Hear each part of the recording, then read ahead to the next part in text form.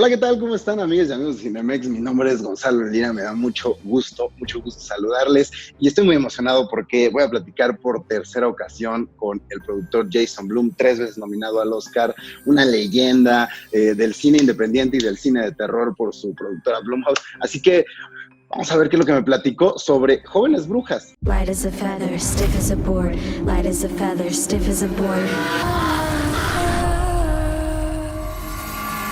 What was the idea regarding to, because this is a sequel. This is like a bona fide sequel.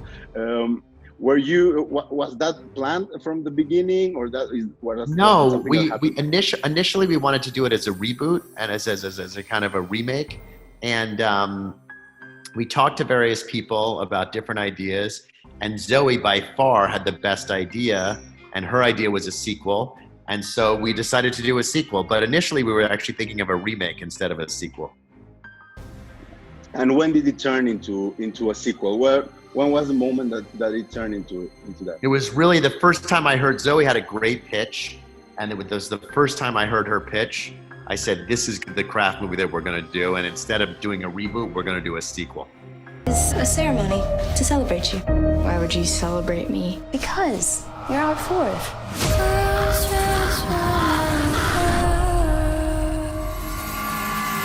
She comes from independent movies, Zoe Lister-Jones and the cast, they're very, very fresh faces. Was that like something that you were stubborn about? You know, did you want fresh faces? Did you keep, although it's an IP and all that kind of stuff, you want new faces, right? Why is it so important, and why in a movie like this?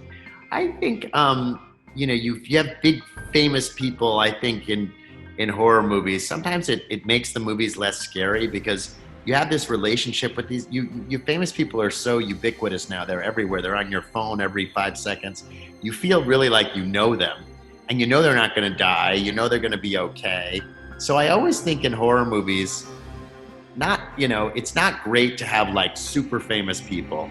And so we have a great casting director, a woman named Terry Taylor. She has a big department, and she and Zoe really found the actresses in the movie, and I thought they did a great job. I mean, I really think the cast is really, really superb in this movie.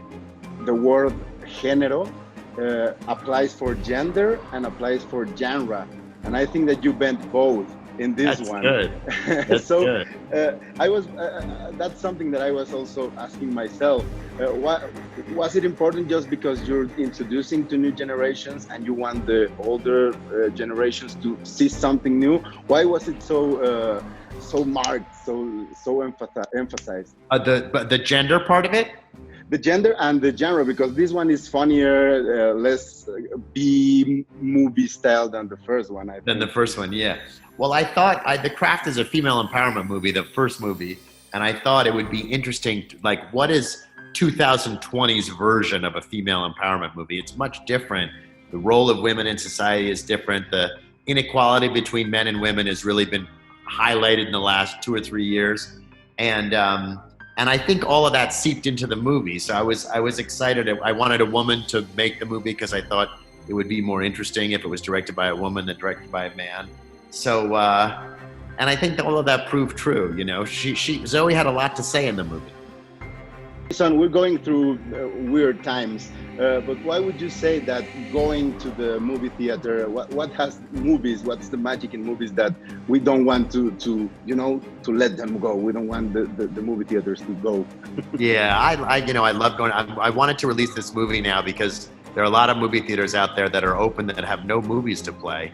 So I thought it would be nice to like stop watching Jaws for a minute and watch a new movie. And I think there's no better way to see a movie than in a movie theater. I feel different.